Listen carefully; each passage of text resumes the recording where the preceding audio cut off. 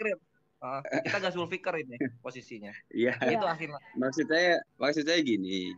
Ini kan kita mempertontonkan ya. Mohon maaf nih Umi, saya mohon maaf.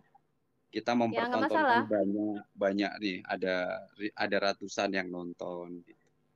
Kita sadar nggak bahwasannya Rasulullah pun tidak pernah mengajarkan kita ya untuk kita itu melakukan satu. Ini sebenarnya ada ujaran kebencian di sini. Kalau dia menghina, apakah kita harus balik menghina? Enggak. Tapi dari tadi kan ada hinaan yang saling lontar di sini gitu loh Umi. Maksud saya, Dari mana? ayo. Coba tunjukkan hinaan dari kami. Coba tunjukkan satu saja penghinaan dari umat muslim. Ada, saya rekam kok di video. Nanti saya akan upload. Sebutkan. Ya, jadi gini. Jawaban apa ya namanya ya? Khalifah Utsmaniyah juga ketika Perancis mencoba menghinakan Rasulullah, apa yang dikatakan oleh Khalifah Utsmaniyah? Iya benar Mas, menghinakan Rasulullah. Ya. Perancis gitu. Gitu kan ya. Memang posisinya begini. Kita sih argumentasi lawan argumentasi aja, nggak usah melampaui batas gitu sih. Argumentasi aja, nggak usah pakai perasaan, pakai data, dalil. Kita uji dalil di sini aja. Saya sebenarnya anti debat dengan teman muslim ya, tapi saya akan menguji pakai dalil aja. Karena saya mengikuti Rasulullah, bukan mengikuti kata orang dan orang. Maksudnya kita nggak usah kita nggak usah saling memaksakan pendapat, nggak usah saling memaksakan pendapat. Muslim mau gimana? Misalnya akhirnya memang pengen berdamai, tafadhol silakan ambil jalur damai. Ya. Kalau kami ingin berdialog berargumentasi langsung dengan kufar penghujat ya biarkan kami begini gitu loh akhirnya. Ya. Gitu aja, saling menghargai aja sih akhi. Iya, maksudnya kan gitu Mas. Saya menghargai. Ini forum yang bagus. Ini bagus. Cuman jangan sampai nanti orang yang imannya dangkal melihat segala sesuatunya adalah nanti memusuhi gitu loh. Kan kita ini menyadarkan. Kita bukan menghakimi. Islam itu nggak boleh menghakimi gitu loh. Iya benar, tapi masalahnya kita tidak mampu menutup mulut orang lain. Tanpa adanya pun forum ini, mereka sudah hantam-hantaman dulu. Jadi kita tidak mampu menutup mulut orang lain. Tugas kita adalah mengingatkan agar tolong jangan berkomentar yang buruk. Kita tidak menghakimi, kita meluruskan. Ketika mereka mengatakan Rasulullah pedofilia, kita membantah dan mematahkan argumentasi itu dengan melakukan komparasi. Saya buka room ini, silahkan Anda bertanya kepada saya sebagai muslim, kalian non-muslim bertanya kepada saya, bukan mempelintir ayat Al-Quran di belakang saya. Itulah kenapa saya buka room ini. Terlepas ada teman-teman muslim yang merasa tidak nyaman, hey, sejak zaman Rasulullah itu sudah membuat orang-orang di sana tidak nyaman ya. Sejak Rasulullah hadir di Mekah, itu orang-orang di sekitar itu membuat tidak nyaman dengan kehadiran baginda Rasulullah. Sejak Sayyidina Umar ibnu Khattab itu tidak membuat nyaman orang-orang yang melakukan perbuatan-perbuatan yang bagi mereka menyenangkan pada masa itu. Tidak ada nabi-nabi yang membuat nyaman, turun-turun tiba-tiba membuat aduh damai sentosa, nggak ada. Mereka dimusuhi karena mereka mengajak kepada kebenaran dan itu dianggap apa oleh orang-orang pada waktu itu, membuat kekacauan menurut orang-orang pada itu. Pada waktu itu Rasulullah dianggap apa pada waktu itu? Apakah beliau diterima di Mekah waktu itu? Tidak. Beliau dianggap sebagai orang yang membawa ajaran baru yang akan merusak tatanan peradaban pada masa itu. Tapi apakah standarnya bagaimana? Standarnya bagaimana kebenaran itu? Kembali lagi, kita tidak diajarkan tampar pipi kiri kasih kanan. Coba sebutkan apakah ada seperti itu dalil kita? Tidak. Kita boleh memerangi mereka yang memerangi akidah kita. Itu perintah. Belalah agamamu, itu perintah di Al-Quran. Saya tidak masalah, saya tidak takut ketika saya berargumentasi, tapi membawa dasar argumentasi, bukan asumsi yang saya bawa. Saya mempelajari kitab suci orang lain, bukan mencari kelemahan kitab sucinya, tapi justru ingin mempertontonkan kepada kalian semua bahwa kami melakukan komparasi. Ketika ada tuduhan kepada Rasulullah, ada di kitab mereka. Gitu loh. Ketika ada tuduhan bahwa Rasulullah itu menikahi anak umur 9 tahun, literasi Yahudi mengatakan bahwa Ribka, istri Ishak, dinikahi umur 3 tahun di dalam buku Book of Jasir.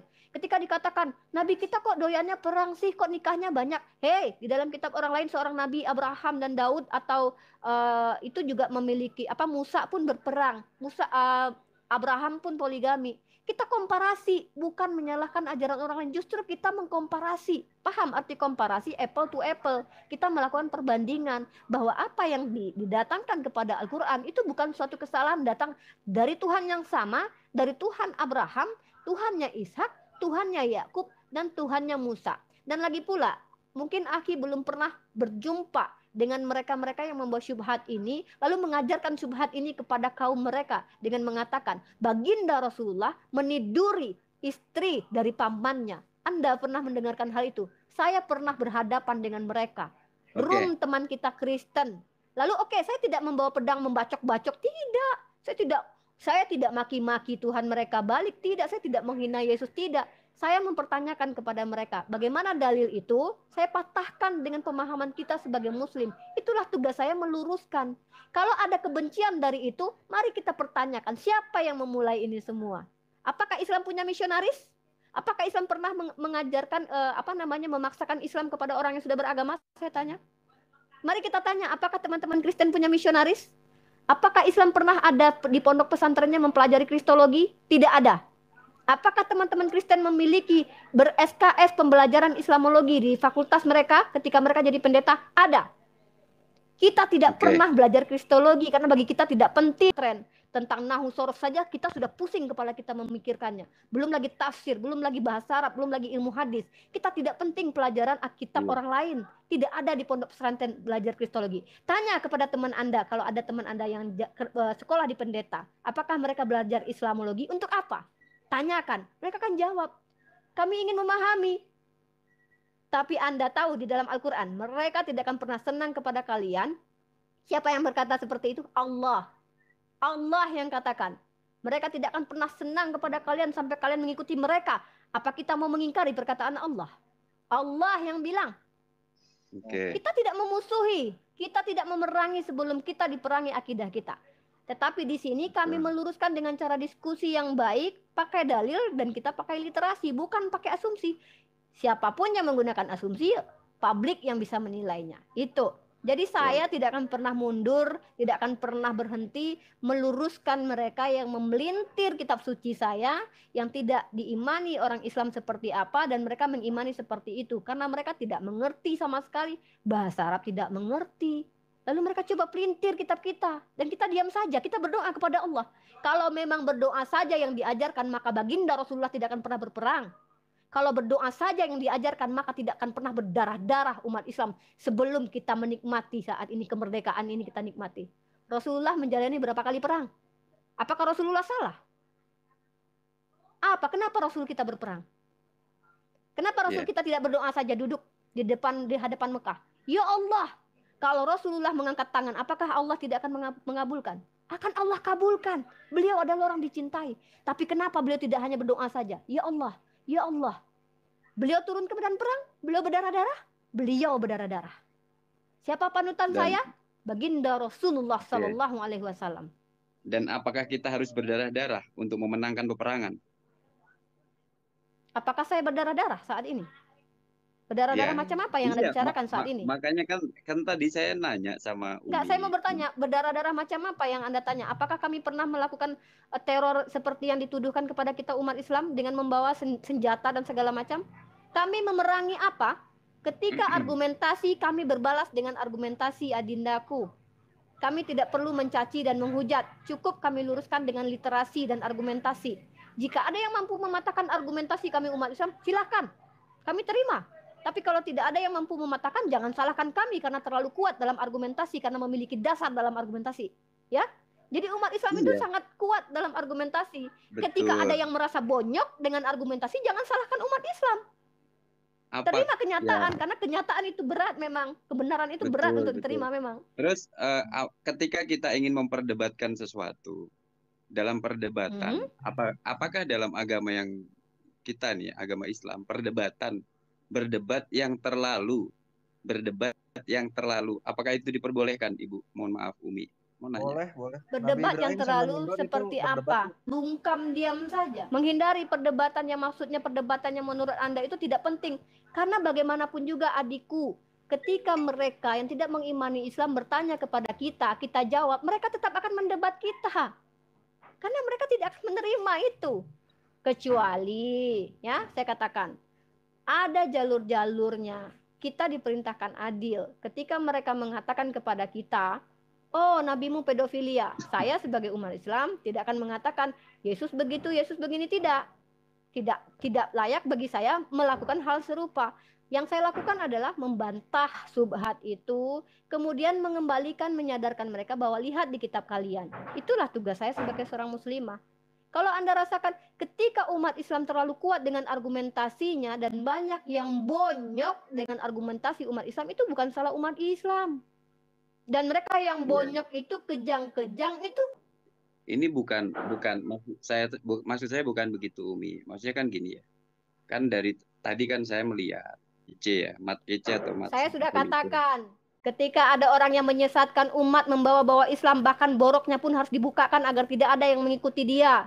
Dia harus dibukakan siapa jati dirinya, apa motifnya, siapa orangnya. Bahkan dia tidak memiliki ilmu. Dia mengatakan dia dari pondok pesantren. Ketika ditanya apa itu domir, dia tidak paham. Itu yang mau didiamkan begitu saja.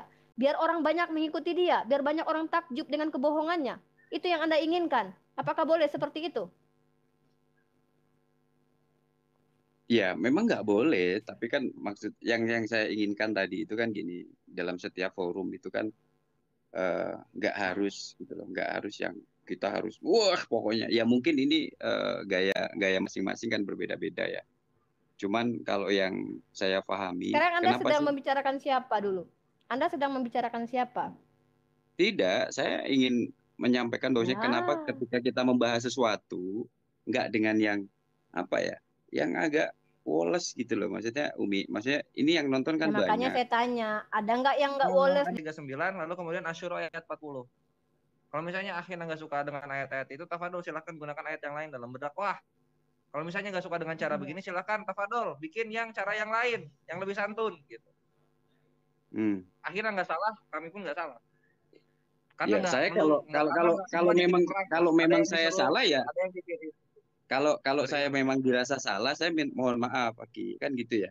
Saya kan hanya ingin masuk dan ingin ikut dalam hal ini gitu loh. Maksudnya ini beda cara menyampaikan kan boleh. Maksudnya tapi kan nggak harus juga kita menggunakan hal-hal yang seperti itu. Tapi kalau memang saya nggak menyalahkan, tidak diajarkan, saya tidak menyalahkan. Kita tidak diajarkan. Kita tidak diajarkan dengan cara tidak benar. Kita sampaikan kebenaran dengan cara benar. Itu ajarannya ada di dalam surat An-Nahl. Nah, masalahnya kebenaran ini maksud saya, apakah semua orang sepakat tentang suatu kebenaran dan cara kebenaran ini?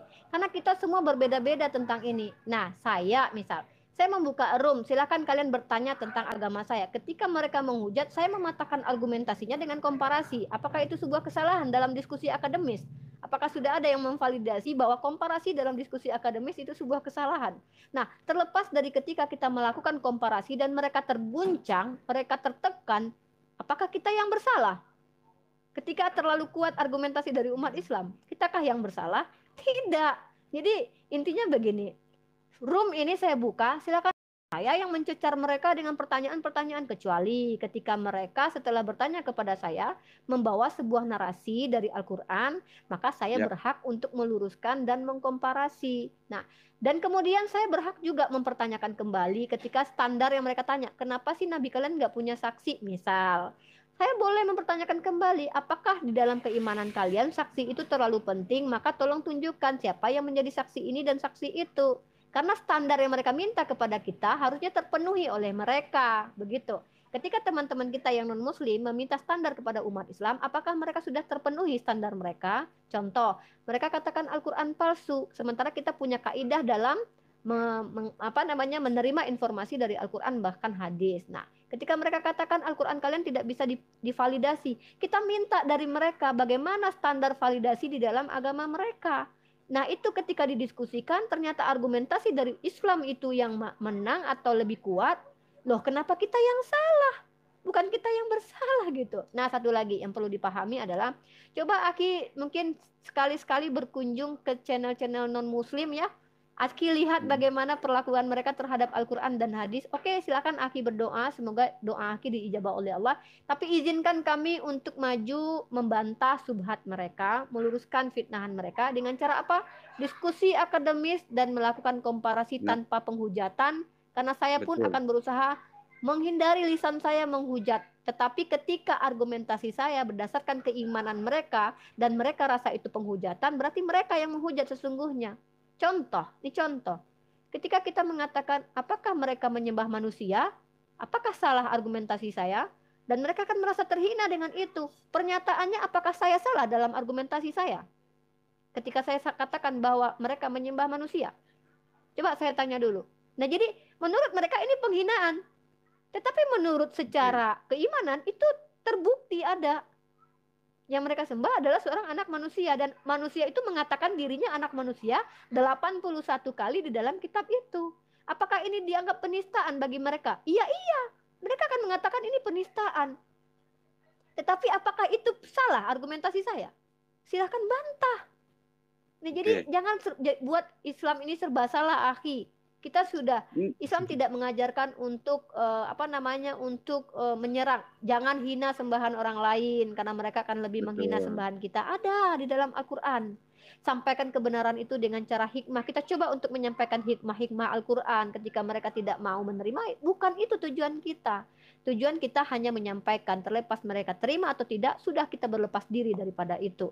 Terkait tentang diskusi akademis ini adalah bentuk edukasi kita satu sama lain memberikan masukan. Silakan mereka masukkan pandangan mereka, tapi saya berhak menolak asumsi. Ketika mereka menyampaikan pandangan mereka, saya minta dasarnya di mana. Ketika mereka tidak mampu memberikan sebuah dasar dan yang terlihat hanya asumsi, kita berhak menolak itu, gitu loh. Jadi ini hamba mau nanya dong, Afina Imaduddin. Ijma ulama mengenai hukum orang-orang yang menghina Allah Azza wa Jalla dan Rasulullah Shallallahu Alaihi Wasallam apa? Kalau saya sih melihatnya di sini gini, saya tadi disampaikan bisa nggak lihat punyanya siapa Mat Kece atau YouTube yang non Muslim ya. Menurut saya gini, nggak perlu dilihat karena apa? Itu yang akan membuat kita nanti ya semakin sempit dada kita nih. Kita kan meyakini sesuatu nih, kita yakin Allah. Mohon maaf sebentar ya. Kita yakin bahwasanya Allah dan kita meyakini sesuatu dan kita menjalankan semuanya. Dan dalam kita di sini Indonesia kan ya banyak agama gitu loh, maksud saya. Kenapa sih kita nggak, kalau memang mau dibuka forumnya ya terbuka aja. Coba kita nyari yang bisa menjembatani, kita ketemu langsung sama yang bersangkutan. Jangan sampai kita ini buka yang sedang kita lakukan. Ini kita lakukan okay. sekarang biar terbuka semuanya. Jadi kita di itu YouTube, di StreamYard kalau bertemu secara itu. Yang tadi di video dilihatin tuh itu. Iya, Mas. Mungkin iya, saya paham. Masalah gini. Paham beliau ini. Iya, saya ngerti. Maksudnya gini, tadi kan saya lihat di sini banyak yang non Muslim, akhirnya kan komennya nggak baik Bu, gitu loh Bu. Maksud saya memang itu tanpa mereka gini, kita tidak bisa menutup mulut mereka karena tanpa kita berdakwah pun mereka tetap akan berbuat seperti itu karena Allah yang katakan mereka tidak akan pernah senang kepadamu. Tetapi bagi kita apa? Kita tidak peduli mereka senang dengan kita atau tidak. Yang penting kita tetap meluruskan setiap fitnahan dan syubhat terkait mereka terkaing-kaing di belakang. Jangan salahkan kita umat Islam. Jadi gitu. Jadi jangan gini dong.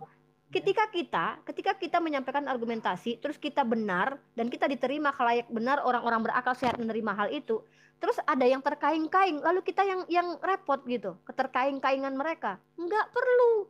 Karena begini, informasi sekarang tidak bisa dihentikan lagi. Kita bisa membongkar apapun. Kita bisa melihat bagaimana literasi dari Yahudi, literasi dari manapun. Bahkan mohon maaf ya, Akhi Imaduddin, Anda pernah mendengar dulu Injil dibuat dalam bahasa Minang? Anda tahu? Polemik itu. Pernah mendengar itu?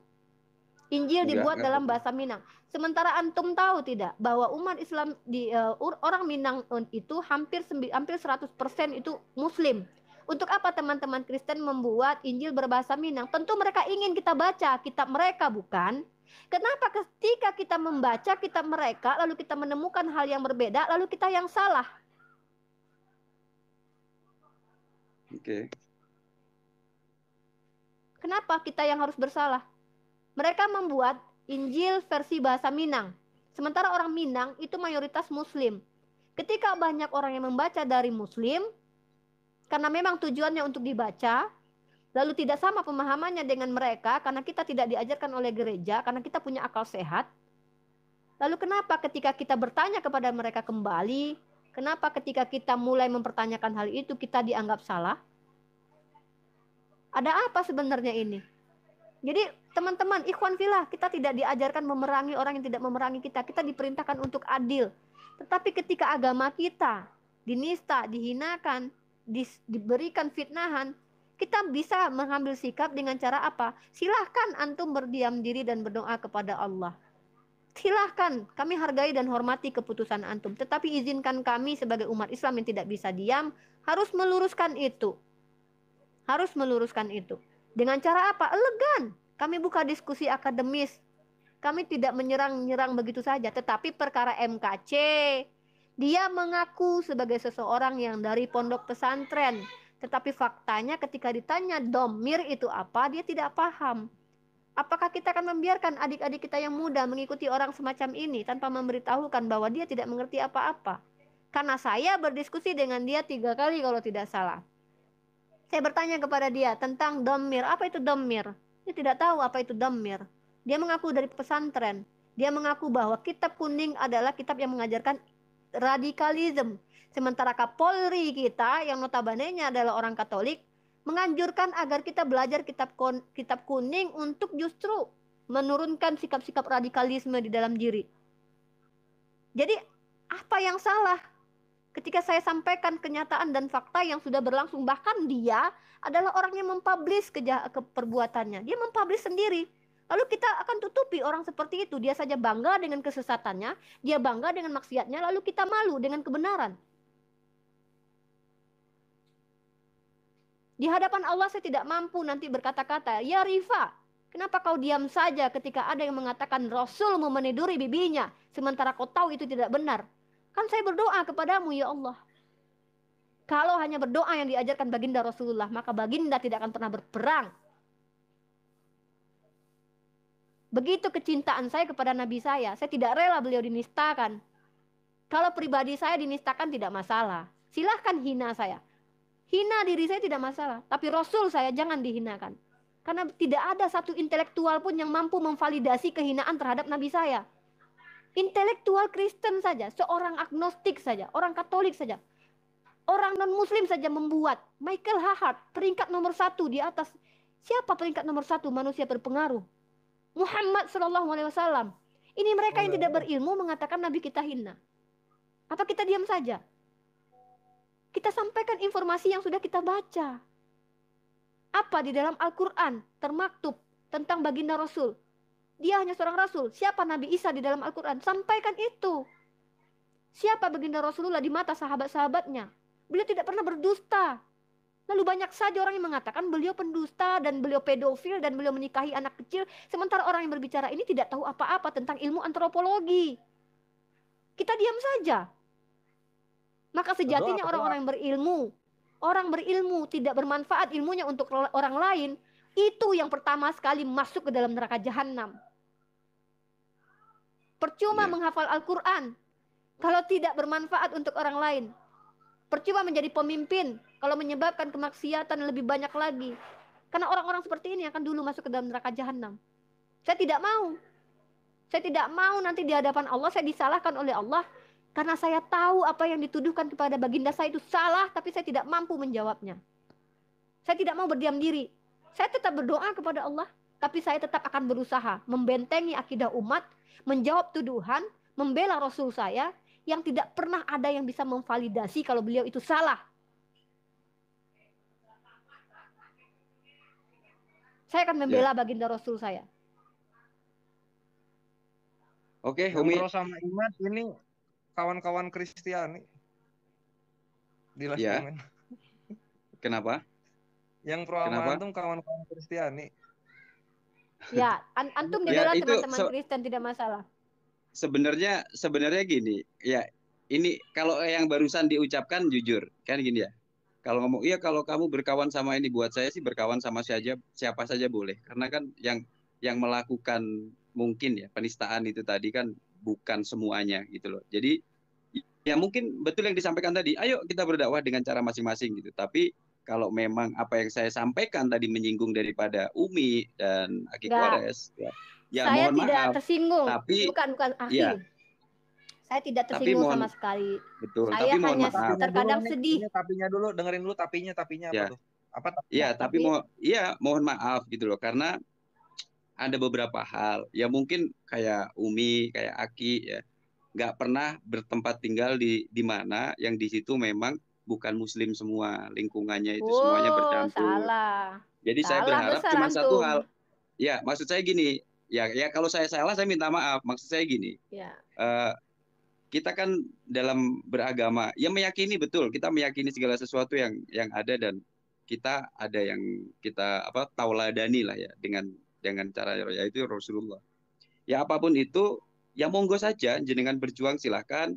Dan saya di sini tidak menyalahkan, saya cuma tadi waktu selenting gitu saya lihat live-nya ada beberapa hal yang saya mau tanyakan dan sudah dijawab.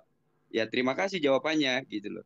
Itu aja sebenarnya. Jadi nggak yang Ya, saya tidak merasa masalah. benar, merasa ini, tidak ada. Tidak. Kalau sesama Sama, Islam aja udah antum. saling merasa benar, bagaimana kita bisa memberikan Nah, contoh yang baik kan gitu. itu kenapa tadi saya di awal Itu cara mengatakan dialog, saya cara tidak dialognya mau ya. berdebat dengan teman muslim. Nah, tetapi antum kan mengatakan sebuah narasi bahwa apa yang Uni lakukan ini dikhawatirkan begitu dan begini. Sementara dengan sudah secara baik saya membuka room di sini, mereka bertanya, bukan saya yang menanyakan mereka. Iya, Tetapi terlepas nanti ketika ada diskusi yang mereka membawa asumsi, padahal saya membaca kitab suci mereka, tentu saya akan mempertanyakan kembali. iya, Nah, artinya begini, Akhi. Saya paham, mungkin tadi malam Aki tidak menonton di channelnya Kristen bahwa ada seorang ustadz yang mengatakan bahwa MKC itu tidak menghina Islam. Saya tidak tahu ya, mungkin antum apakah sepakat dengan ustadz itu atau tidak. saya Tapi nggak bagi nonton Umi. kami, ya bagi kami umat Islam, kami yang sudah menghadapi si KC hampir mungkin kurang lebih setahun, saya berhadapan dengan KC di mana dia menistakan dengan mengatakan bahwa Muhammad itu dikelilingi jin. Al-Quran itu orang Islam itu hanya mengikuti kitab kuning, dan lontaran-lontaran argumentasi itu dipublish di YouTube, bukan off the record. Kalau off the record Iya. kita bisa selesaikan secara off the record, ini dipublish di YouTube.